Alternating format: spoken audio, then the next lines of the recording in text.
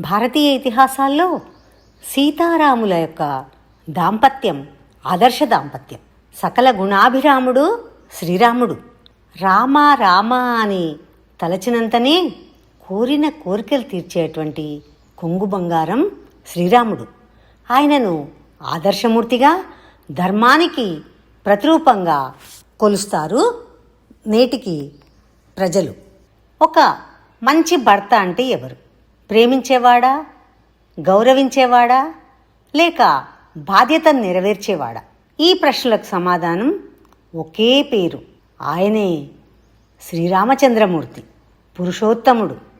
శ్రీరాముడు సీతాదేవిని కేవలం భార్యగా మాత్రమే చూడలేదు, తన జీవితంలో సమాన భాగస్వామిగా భావించాడు.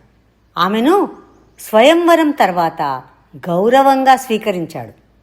వివాహం తర్వాత కూడా ఆమె మాటలకు, భావాలకు ఎంతో విలువను ఇచ్చాడు. మరి ఇదే కదా ఒక నిజమైన భర్త లక్షణం, భార్యను గౌరవించడం. అరణ్యవాసానికి వెళ్లే సమయంలో కూడా సీతాదేవి తనతో రావాలని కోరుకుంది. రాముడు మొదట ఆపడానికి ప్రయత్నించాడు. అడవి జీవితం కష్టమని చెప్పాడు. కానీ ఆమె నిర్ణయాన్ని గౌరవించి ఆమెను తనతో పాటుగా అరణ్యాలకు తీసుకెళ్ళాడు. ఇదే కదా భార్య అభిప్రాయాన్ని గౌరవించడం అంటే. అరణ్యంలో కూడా సీతాదేవిని ఎంతో ప్రేమగా చూసుకున్నాడు. ఆమె సుఖం కోసం తన వంతు కృషి చేశాడు. సీతాపహరణ జరిగినప్పుడు రాముడి హృదయం తట్టుకోలేకపోయింది. ఎంతో కష్ట నష్టాలకు ఓర్చి సముద్రాన్ని దాటి లంకకు వెళ్ళి రావణుణ్ణి జయించి తన భార్యను తిరిగి తెచ్చుకున్నాడు. ఇదే కదా భర్తగా ఆయన ప్రేమకు నిదర్శనం.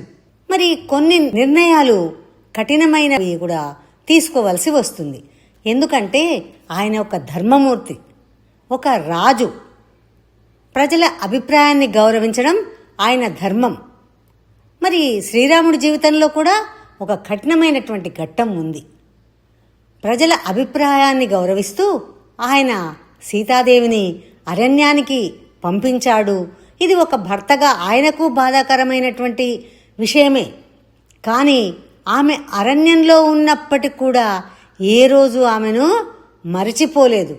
కానీ ఒక రాజుగా ప్రజల విశ్వాసాన్ని కాపాడాల్సిన బాధ్యత కూడా అతడిపైన ఉంది. అంటే ఇక్కడ మనకి ఏం చెబుతుంది రామాయణం? వ్యక్తిగత ప్రేమ కంటే కూడా ధర్మాన్ని ముందుగా పెట్టుకోవడం, ధర్మాన్ని ఆచరించడం. నేటి కాలంలో విమర్శలు సహజమే. ఇది సరైందేనా అనే ప్రశ్న కూడా వస్తుంది. కానీ ఒక కోణంలో చూస్తే రాముడు ప్రతి పాత్రను సమానంగా నెరవేర్చేందుకే ప్రయత్నించాడు. భర్తగా ప్రేమను చూపించాడు, రాజుగా తన కర్తవ్యాన్ని, ధర్మాన్ని నెరవేర్చాడు. ఇద్దరినీ సమతుల్యం చేయడమే ఇది రాముడి యొక్క మహత్తు. శ్రీరాముడు భర్తగా చూపింది ఒక గౌరవం, నమ్మకం, బాధ్యత, ధర్మబద్ధత. దాంపత్యం అంటే కేవలం ప్రేమ మాత్రమే కాదండి, ప్రేమతో పాటు ధర్మాన్ని కూడా ఆచరించాలి. అదే మనకు శ్రీరాముడి యొక్క జీవితం నేర్పినటువంటి పాఠం, నిజమైనటువంటి సత్యం. జై హింద్, జై శ్రీరామ్.